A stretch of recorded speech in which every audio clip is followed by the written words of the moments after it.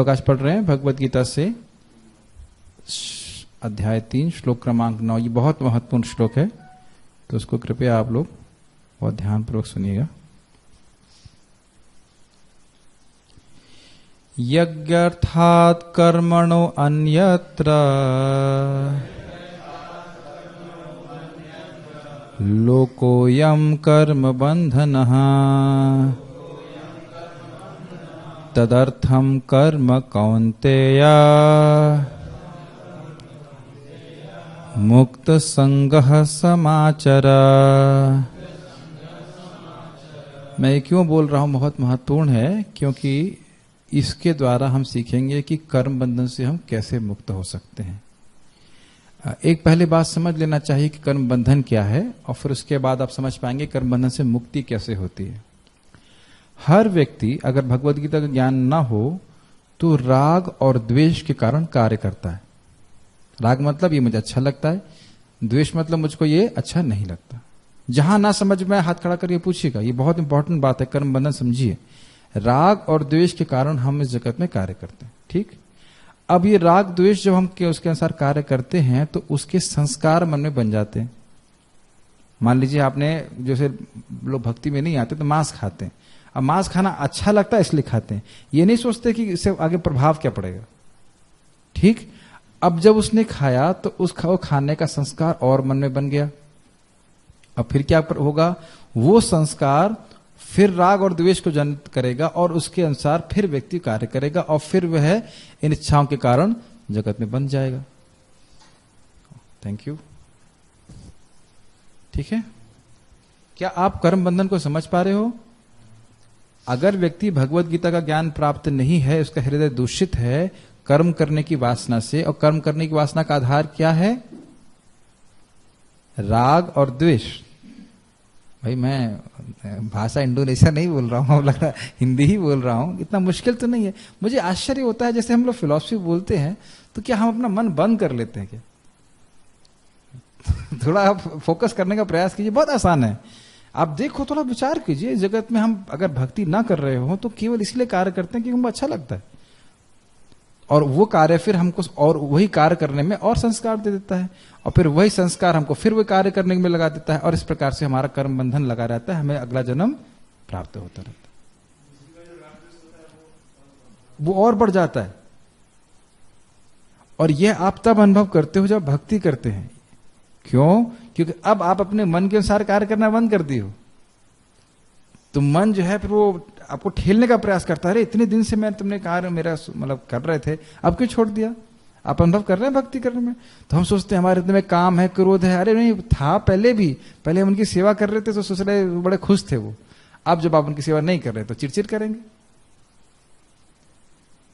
भाई रोज 9 बजे प्रसाद मिलता है कि नहीं मिलता है? मिलता है, और ना मिले तो आप चिड़चिड़ करोगे कि नहीं करोगे? अरे नो प्रसाद क्यों नहीं दिया, प्रसाद क्यों नहीं दिया?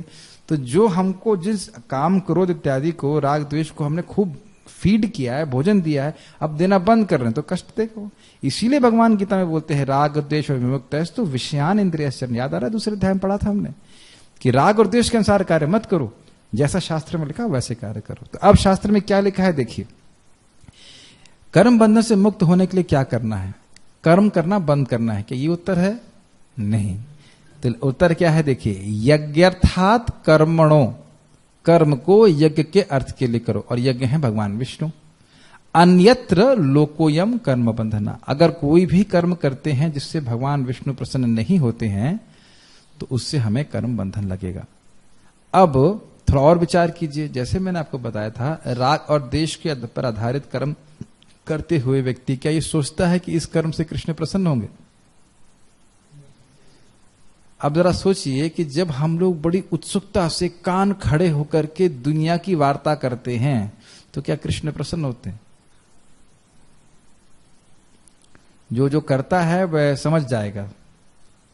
जैसे ही हम कान खड़े करके जोर से बड़े उत्साह से, मैंने देखा आज हमारे ऑफिस में थोड़ी इतर वार्ता हो रही थी, और उस इतर समझते हैं कृष्ण से इतर, तो उस इतर वार्ता को करने में बड़े लोग उत्साहित थे।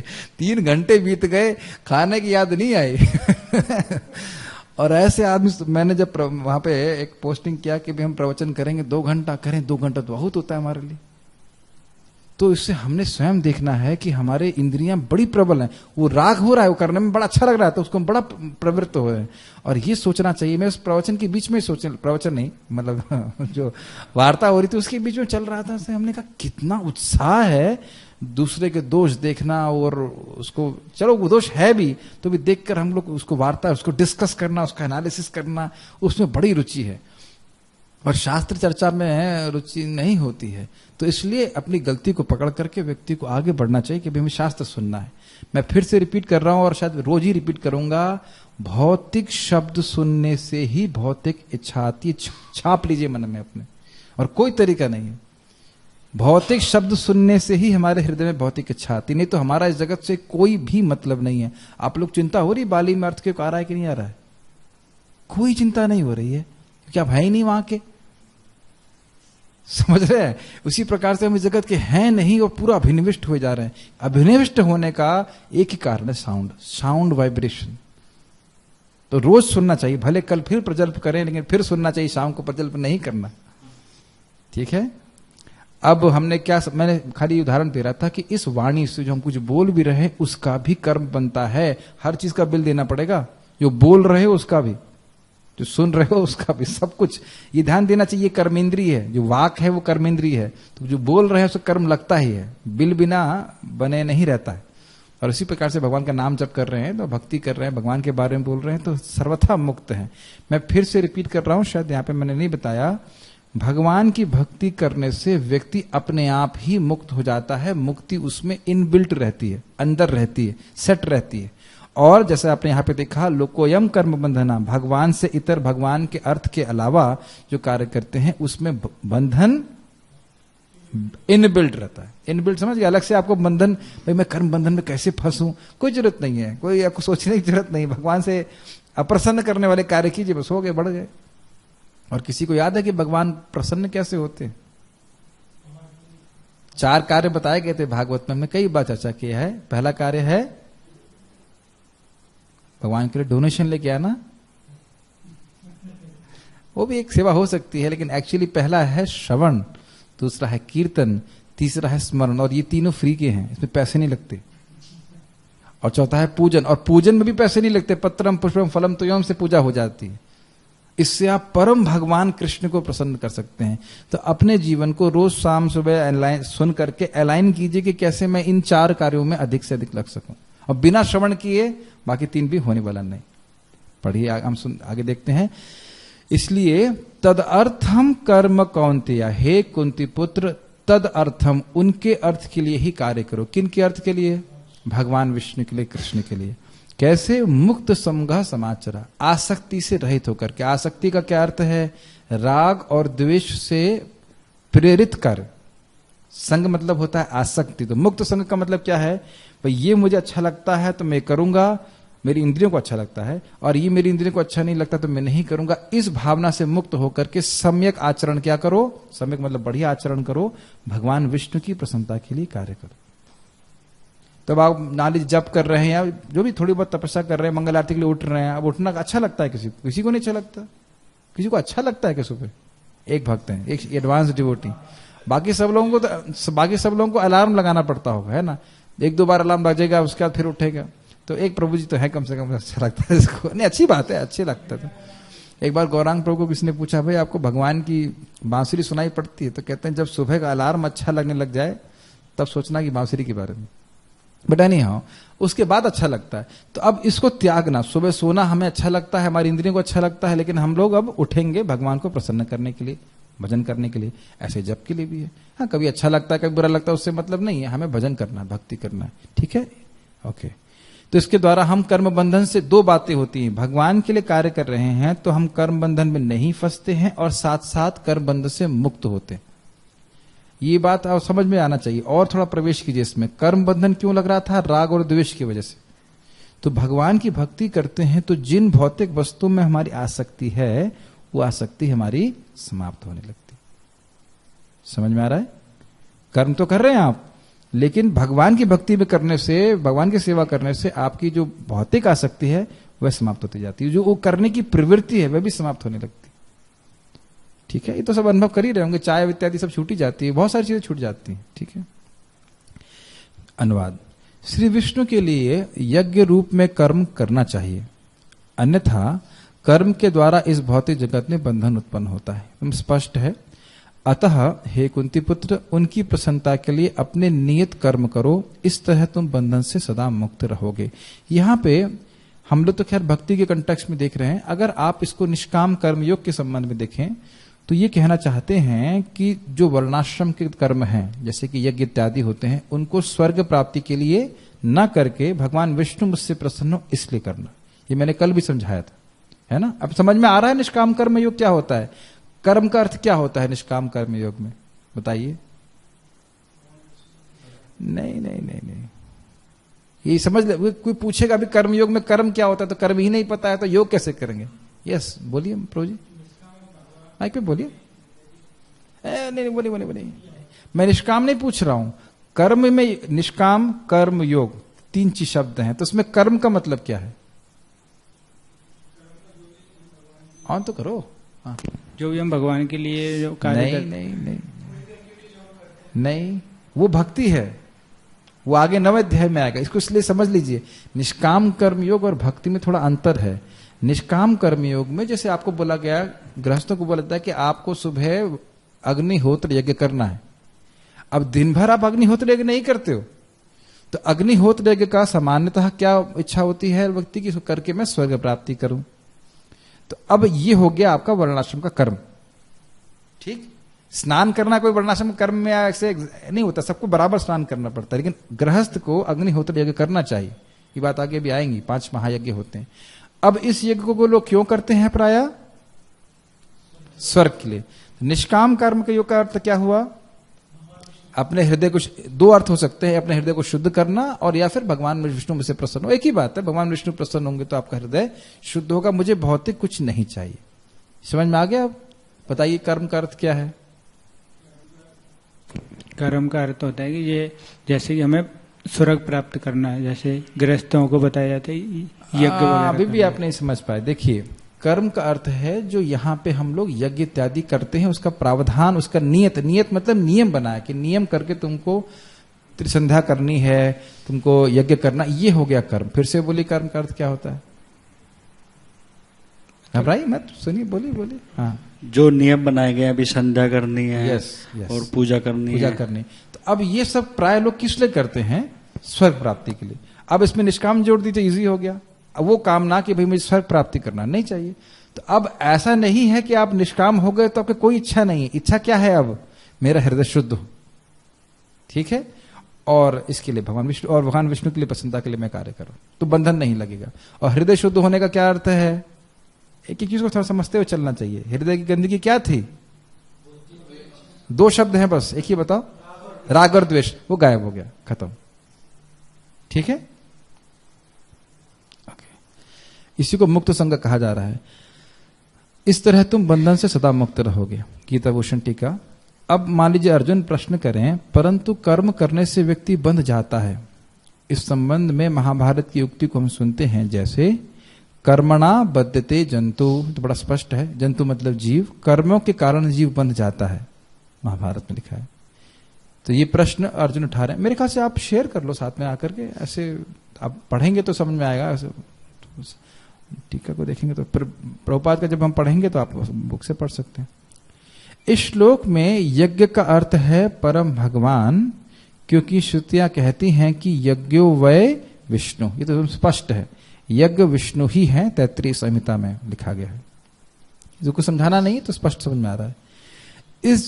इस जगत में जीव भोग की इच्छा से प्रेरित होकर कर्म करने के कारण बंध जाते हैं, क्योंकि वे भगवान विष्णु को प्रसन्न करने की इच्छा से कर्म नहीं करते हैं। ये बात मैंने आप लोगों को इंट्रोडक्शन में समझाया था कि जीव क्यों काम करता है जगत में, क्या प्रेरणा दे रहा है उसको, राग और द्वेष। वो उसको कोई मतलब नहीं है। भाई हम ही को देख लो ना, हम लोग भक्ति में जब नहीं आए थे तो कोई आइडिया था कि हमें कोई कार्य कर रहे हैं उससे भगवान विष्णु प्रसन्न हो रहे हैं। आपको क्या टीवी में क्या पसंद आता है, वही देखते हैं। क्रिकेट देखता है कोई, इसके लिए जगता है ना, क्रिकेट देख रहा है कोई, माता जी को सीरियल देखना है। अब ये तो नहीं देख रहा कि क्रिकेट देखने से कृष्ण प्रसन्न हो रहा है। याद आ रहा है ना अपना जीवन। तो ऐसे सभी लोगों का जीवन, उन्हें पता ही नहीं कि भगवान विष्णु को किससे प्रसन्न करना है।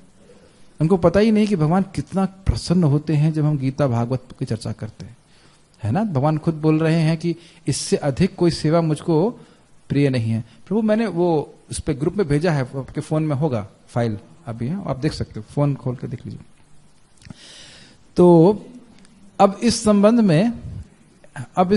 में हमको ये सोचना चाहिए कि हम भगवान विष्णु को प्रसन्न करने के लिए कर रहे हैं, और भगवान विष्णु तब प्रसन्न होते हैं जब उनके हम संदेश को यथावत प्रस्तुत करते हैं।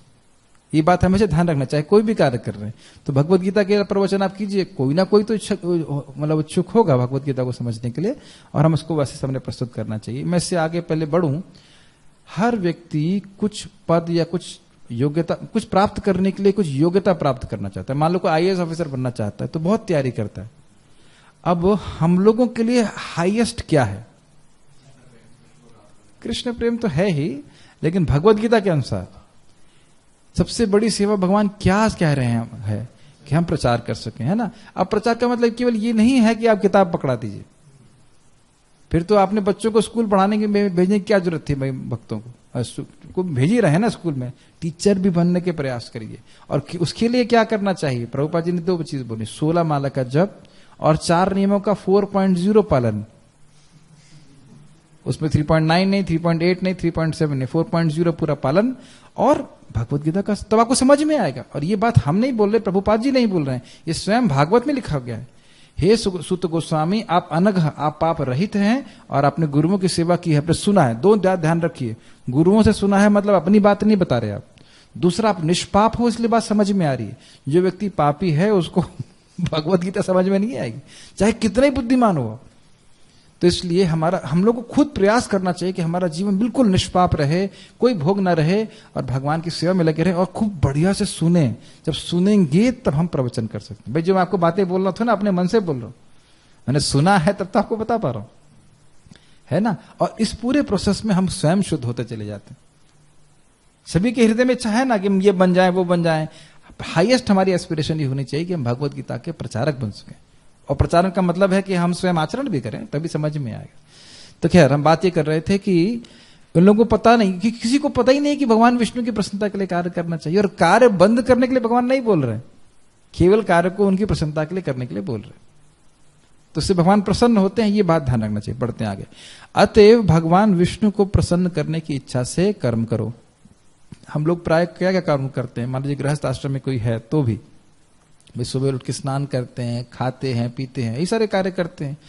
तो एक भक्त भी मान लो गृहस्थ आश्रम में भी है या ब्रह्मचारी की कोई, सुबह उठते ही वह सोचता है कि अब मुझे भगवान की सेवा करनी। सुबह से चालू हो जाता है। हाँ, स्नान क्यों कर रहा है? मंगल आरती में जाना है, या जप करना है, भक्ति करनी है, तुलसी जी की सेवा करनी है, भगवान के लिए भोग बनाना है। तो इसके द्वारा वह, उसकी चेतना किस तरह से, किस चीज में आधारित है? मैं कृष्ण का दास हूं, कृष्ण की सेवा करूंगा। और इस प्रकार से वह मुक्त होता चला जाता है। Make sense to you? ठीक है। हे कुंती पुत्र, स्वयं की इंद्रिय तृप्ति की इच्छा को त्याग कर भगवान विष्णु की आराधना यज्ञ और धार्मिक रूप से प्राप्त धन के माध्यम से करो। ये भी बहुत इंपॉर्टेंट बात है। अब ऐसा नहीं कि भगवान की सेवा में धन लगाना है तो दुनिया का मतलब गला काट करके फिर पैसा कमाना है। प्रभुपाद जी बोलते हैं भाई कोई बिजनेस कर रहा है तो थोड़ा तो झूठ बोलना ही पड़ता है कि मैं आपसे कोई प्रॉफिट नहीं ले रहा हूं। तो प्रॉफिट नहीं ले रहा तो तुम्हारा दुकान कैसे चलेगी? लेकिन ऐसा नहीं है कि जैसे आपने सुना ना, पोल्ट्री फार्म खोल दिया या ये सब चीज कर दी, ये बहुत गलत चीज है। पैसा गलत नहीं गलत कमा करके भगवान की सेवा में लगाना यह कोई उचित कार्य नहीं है। इसीलिए भगवान ने वर्णाश्रम की व्यवस्था करी है कि इकोनॉमिकली भी व्यक्ति ठीक से रहे और धार्मिक रूप से धन अर्जन करे। ठीक है, तो किस प्रकार से भगवान की आराधना करते हैं? यज्ञ के द्वारा, और वह यज्ञ धार्मिक रूप से प्राप्त हुआ धन के द्वारा होना चाहिए। ये सारी चीजों में कहीं ना कहीं जिसको व्यक्ति पहली बार सुनेगा तो कष्ट होगा, ये सब क्यों बोल रहे हैं? यज्ञ, धार्मिक धन कैसे कमाएंगे? इस सभी चीजों का आधार जब भी कुछ लगे ना कठिन बोला जा रहा है शास्त्र में, तो ये सोच लेना चाहिए कि मानव जीवन मिला किस लिए है? किस लिए मिला है? भोग करने के लिए। देखिए, हाँ पहले हाँ निकल गया तो मजाक की बात है। ये डिफॉल्ट मोड है। बचपन से जब से पैदा हुए हैं यही सोच रहे हैं कि भोग के लिए मिला है। ये कोई सोचा ही नहीं कि भाई आंख नाक कान दिए किसने और क्यों दिए। स्पष्ट है किस लिए दिए हैं, भगवान की एकमात्र भगवान की सेवा के लिए दिए ताकि हम यहां से बाहर निकल जाएं। लेकिन हम लोग समझ नहीं पाते, तो इसलिए सुनना चाहिए। यज्ञ से प्राप्त उच्चिष्ट, उच्चिष्ट मतलब भोजन प्रसाद के द्वारा जीवन धारण करने से तुम कभी भी बंधन को प्राप्त नहीं होगे। अब इसको थोड़ा अगर वैदिक कंटेक्स्ट में देखें तो एक गृहस्थ भक्त लोग 5 प्रकार के महायज्ञ करते थे, उससे जो उच्चिष्ट प्राप्त होता था वह फिर उसको खाते थे और उसको शुद्ध होते थे। अब ये बहुत इंपॉर्टेंट बात है, अभी मैं आगे भी पढ़ रहा था, इसमें खाने का बहुत बड़ा महत्व है। भगवान का प्रसाद ग्रहण नहीं करेगा तो बुद्धि ठीक नहीं हो सकती, मन ठीक नहीं होगा, बुद्धि ठीक नहीं होगी तो भजन नहीं कर सकेंगे। ऐसा नहीं कि हम कुछ भी खाएंगे, कहीं भी खाएंगे, कैसे भी खाएंगे और उसके बाद कहेंगे नहीं कुछ फर्क नहीं पड़ता। ठीक है, तात्पर्य को पढ़िए, दशरथी प्रभु पढ़िए प्रभुपाद जी का तात्पर्य। चूंकि मनुष्य को शरीर के निर्वाह के लिए कर्म करना होता है, अतः विशिष्ट सामाजिक स्थिति तथा गुण को ध्यान में रखकर नियत कर्म इस तरह बनाए गए हैं कि उस उद्देश्य की पूर्ति हो सके। किस उद्देश्य की पूर्ति हो सके? भागवत प्राप्ति, जो मनुष्य जीवन जिसके लिए मिला है। मैं इसीलिए प्रश्न किया, आपने ध्यान नहीं दिया शायद। शरीर के निर्वाह के लिए, यस, वेरी इंपॉर्टेंट। आपका शरीर का निर्वाह ठीक से होता रहे अपने अलग अलग वृत्तियों के अनुसार, इसलिए वर्णाश्रम की व्यवस्था की गई है। ये बात समझ लेना चाहिए कि वर्णाश्रम स्वयं अपने आप में भगवत प्राप्ति नहीं करा सकता, लेकिन हर किसी का अलग अलग स्वभाव होता है। कोई ब्राह्मणिकल है, कोई वैश्य है, कोई क्षत्रिय है, कोई शूद्र है, वो उस अपने हिसाब से वो काम कर पाएगा, तो उससे उसका शरीर का निर्वाह ठीक से हो पाएगा। भाई जब शरीर स्वस्थ रहेगा तब तो आप भजन कर पाएंगे। तो आसानी से आपका शरीर निर्वाह कैसे हो जाए, आसानी भी कहना नहीं चाहिए, स्वाभाविक रूप से हो जाए, उसके लिए वर्णाश्रम की व्यवस्था करिए, ज्यादा डिस्टर्बेंस नहीं हो। अब उसका आगे क्या है? यज्ञ का अर्थ है भगवान विष्णु है। यज्ञ का अर्थ भगवान विष्णु है। सारे यज्ञ भगवान विष्णु की प्रसन्नता के लिए है। एक और ध्यान देना चाहिए, विषय आना चाहिए कि आगे की जो यज्ञ कर्म समुद्भव, यज्ञ हमारे कर्मों से उद्भूत होते हैं, उठते हैं। तो जो कर्म कर रहा है, जब वर्णाश्रम के कर्म कर रहा है, जीवन निर्वाह तो हो रहा है। कितना बढ़िया बात है कि अगर वह उसको भगवान के लिए करने लग जाए तो मुक्त भी हो गया। तो अब बताइए, आसान है ना भाई? जो आप काम कर रहे हो वही करना है, उसको केवल भगवान की प्रसन्नता के लिए करने लग गए तो आप मुक्त भी हो गए। तो कितना आसान तरीका है। पढ़िए आगे। वेदों का आदेश है यज्ञो वै विष्णु। दूसरे शब्दों में, चाहे कोई निर्दिष्ट यज्ञ संपन्न करे या प्रत्यक्ष रूप से भगवान विष्णु की सेवा करे, दोनों से एक ही प्रयोजन सिद्ध होता है। अतः जैसा कि इस श्लोक में स्तुति किया गया है, कृष्ण भावना अमृत यज्ञ ही है। आप समझ में आया ये बात? क्या समझ में आया आप लोगों को?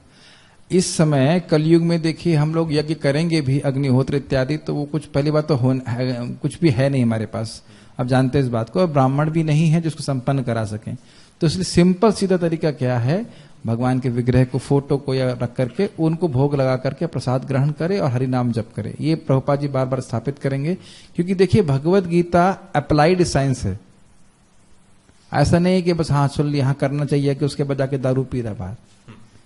मैंने कल भी बताया था कि वैदिक ज्ञान किसके लिए है। चलिए पहले याद कर लीजिए कल क्या बताया था। भौतिक ज्ञान किसके लिए होता है और वैदिक ज्ञान किसके लिए होता है? भौतिक ज्ञान है इन्फॉर्मेशन के लिए, हाँ मिल गया, हम कंप्यूटर इंजीनियर बन गए, हमें कुछ करना आ गया। और वैदिक ज्ञान किसके लिए होता है? ट्रांसफॉर्मेशन। और किसी को याद है कि ट्रांसफॉर्मेशन होता कैसे है? 4 भाग बताए गए थे उसके।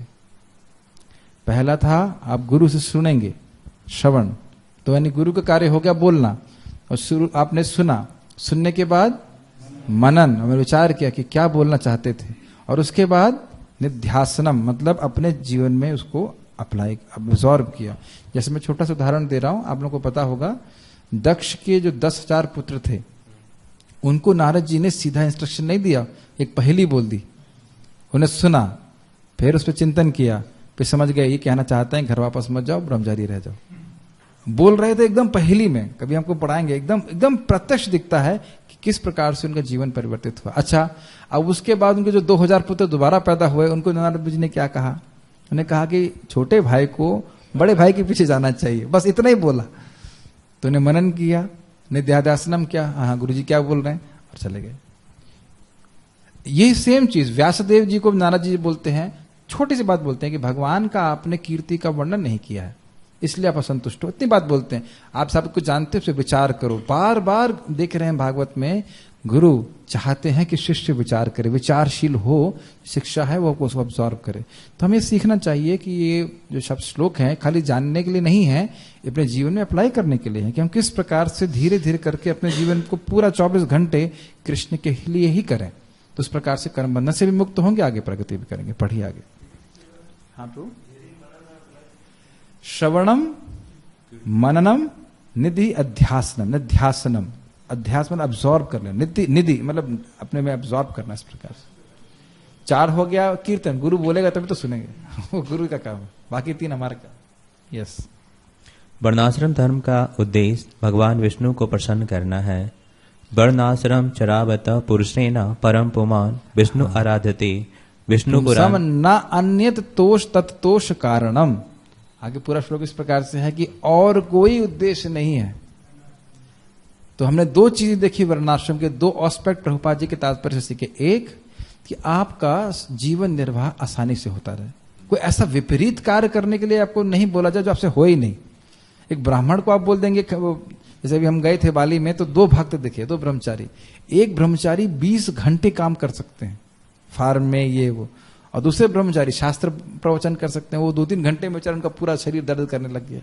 तो आप देख सकते हैं कि दोनों लोग भगवान के लिए सेवा कर रहे हैं, लेकिन दोनों लोग अपनी शक्ति प्रवृत्ति के अनुसार कार्य कर रहे हैं। ठीक है ना। तो दोनों लोग के लिए यही इंपॉर्टेंट बात है। वर्णाश्रम में ऊंचा नीचा की बात नहीं है, कौन व्यक्ति क्या कर सकता है वैसे करे, लेकिन करे केवल कृष्ण की प्रसन्नता के लिए। फिर याद दिला रहा हूं, 17 अध्याय में बताया था मैंने, मतलब आचार्य लोग बता रहे थे कि जो व्यक्ति जैसे मान लीजिए शूद्र है, तो जो उसके गुण हैं अगर उसका वह ठीक से पालन करता है तो वही उसके लिए दिव्य बन जाते हैं। याद आ रहा है, मैंने बहुत अच्छे से हम लोग चर्चा किए थे, खूब लंबे में। मान लीजिए क्षत्रिय है, जो क्षत्रिय युद्ध कर रहा है, तो वही गुण उसके लिए दिव्य हो जाता है अगर वह भगवान के लिए प्रसन्नता के लिए कार्य कर रहा है। सब हम खूब चर्चा कर चुके हैं, और हमने प्रथम अध्याय में भी चर्चा किया था ये सब बात। दूसरे अध्याय में अर्जुन को भगवान बोल रहे हैं कि तुम क्षत्रिय हो, तुम युद्ध करो, तुम ब्राह्मण नहीं हो, अकेले बैठ के भजन करो। ठीक है। यस।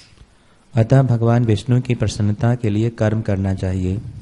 इस जगत में किया जाने वाला अन्य कोई कर्म बंधन का कारण होगा, क्योंकि अच्छे तथा बुरे कर्मों का फल होते हैं, और कोई भी फल कर्म करने वाले को बांध लेता है। अतः कृष्ण विष्णु को प्रसन्न करने के लिए कृष्ण भावना भावित होना होगा, और जब कोई ऐसा कर्म करता है तो वह मुक्त दशा को प्राप्त रहता है। फिर से रिपीट कर रहा हूं, जब आप भगवान की सेवा करते हैं तो उसमें इनबिल्ट क्या होता है, फिल इन द ब्लैंक्स। मुक्ति अपने आप इनबिल्ट होती। और जब भगवान को अप्रसन्न करने के लिए कार्य करते हैं तो इनबिल्ट क्या होता है, कर्म बंधन रहता है। याद कर लीजिए, छपा रहना चाहिए मन में, समझ रहना। यानी कि आपको टेंशन लेने की जरूरत नहीं है, अरे मैं भगवत धाम जाऊंगा क्या। अरे भाई तुम 16 माला कर रहे हो, भक्ति कर रहे हो, अपने आप ही मुक्त हो। भाई जैसे हम बीमार हैं और दवा खा रहे हैं, परहेज कर रहे हैं, तो उसमें आपका स्वास्थ्य अपने आप इनबिल्ट है। अच्छा, कल आपके प्रश्न का उत्तर देता हूं।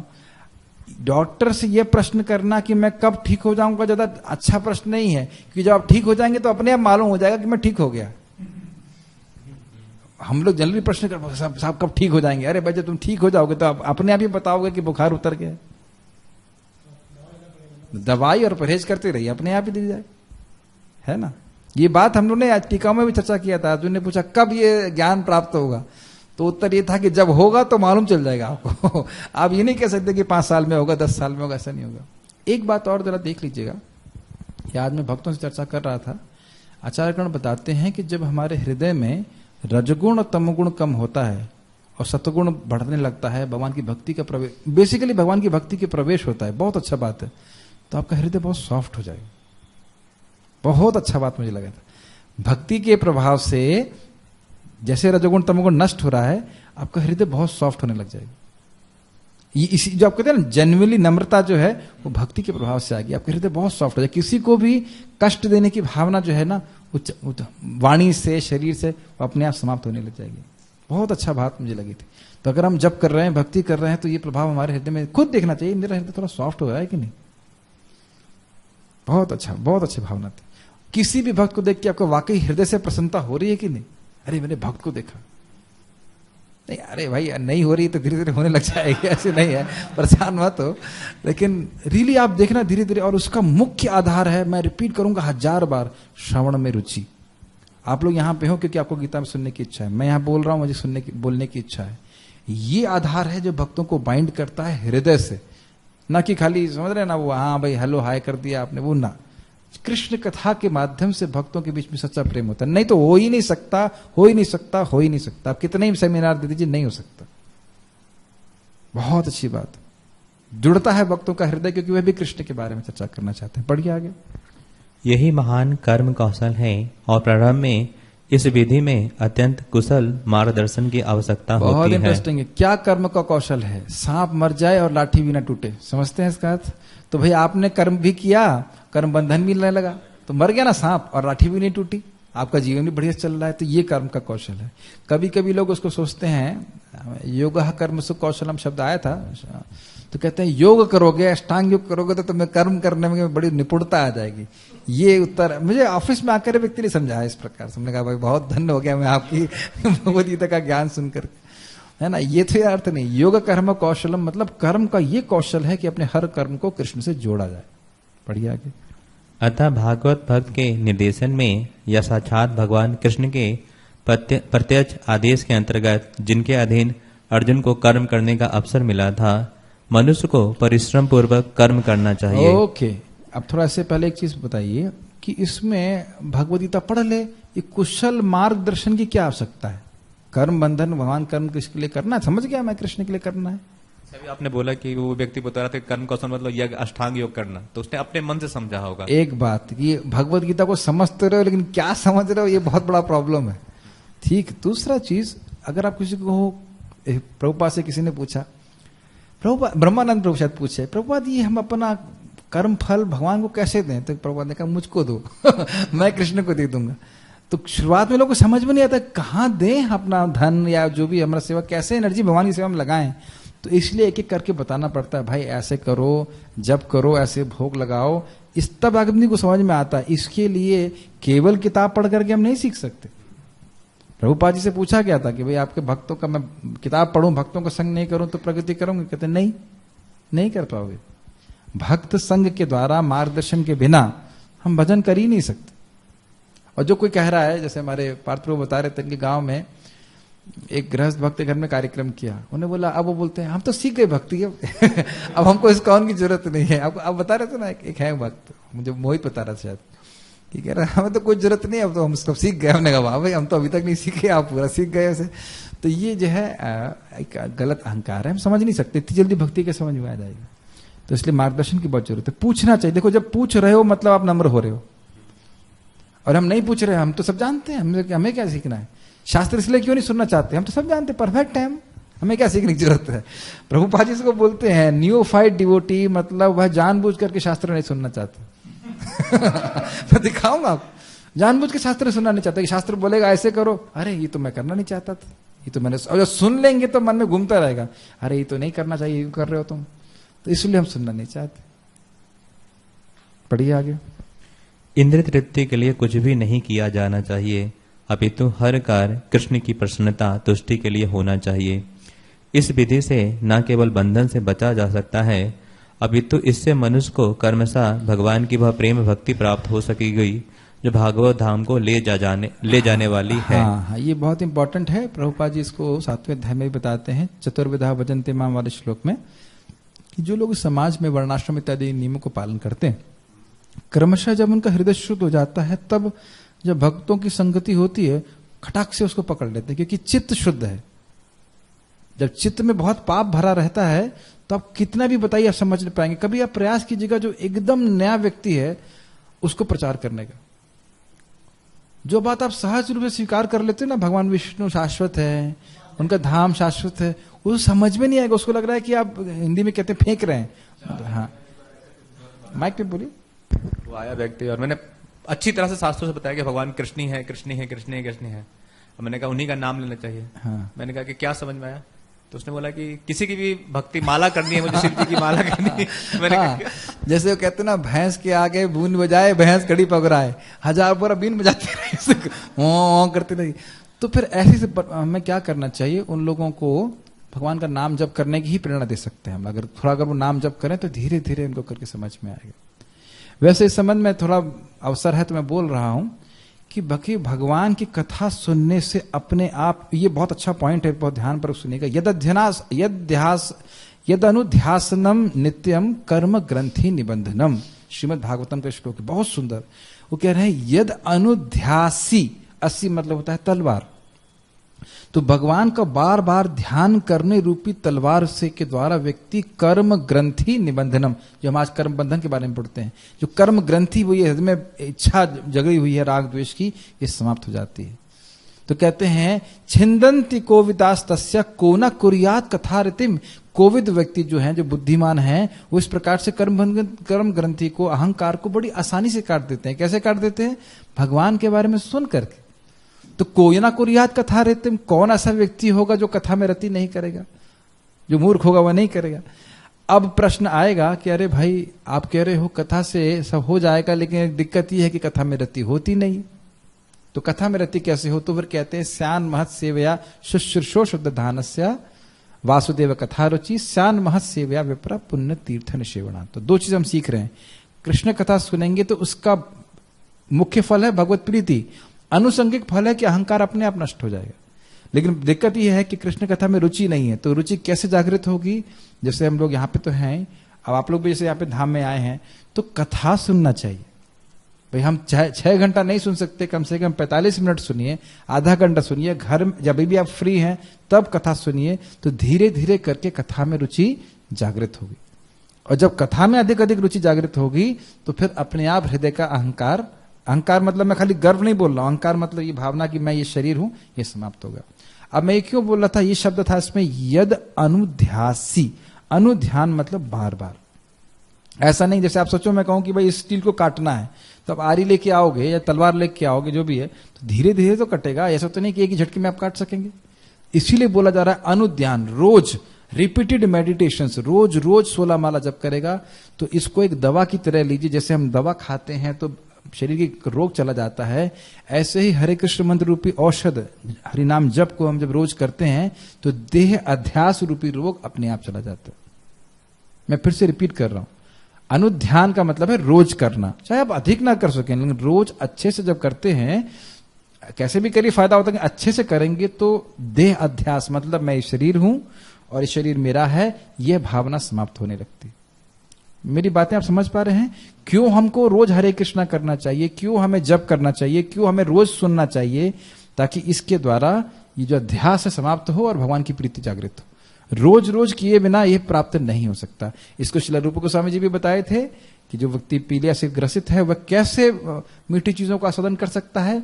अनुनिदम आदर। अनुनिदम का मतलब हो गया रोज दैनिक रूप से करना, और आदर पूर्वक कि भाई भगवान का नाम है, भगवान की कथा है, बड़े आदर पूर्वक उसको सुनना। मैं एक और बात बोलना चाहता हूं कि भगवान का नाम भगवान से अभिन्न तो है, लेकिन क्या हम भगवान के नाम को भगवान से अभिन्न के रूप में आदर दे रहे हैं?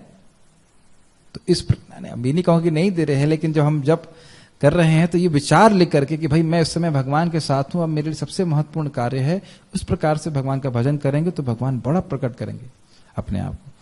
तो मैं खाली इस बात को इसलिए बोल रहा हूं क्योंकि सर्वश्रेष्ठ यज्ञ है भगवान का नाम जप यज्ञ करना, भगवत गीता को पढ़ना, भागवत पढ़ना। तो उसको बड़े आदर के संग, बड़े मनोयोग के संग करने का प्रयास करना चाहिए। तो हमें प्रत्यक्ष अनुभूति हुई होगी कि इस प्रकार से हमारा जो देह अध्यास है वो अपने आप समाप्त हो गया, हमें कुछ प्रयास अलग से करने की जरूरत नहीं। और ये अनुध्यान करना पड़ेगा। शास्त्र क्या बोल रहा है? आपको रोज रोज बार बार बार बार बार बार करते रहना पड़ेगा। वैसे तो मैं जब भागवत का श्लोक पढ़ाऊंगा तो फिर से समझाऊंगा, लेकिन ये अवसर लेकर के मैं बोल रहा हूं कि रोज करना चाहिए। कोई प्रश्न है? ओके, चलिए स्टॉप हियर। श्रीमद् भगवद गीता की जय, श्रील प्रभुपाद की जय।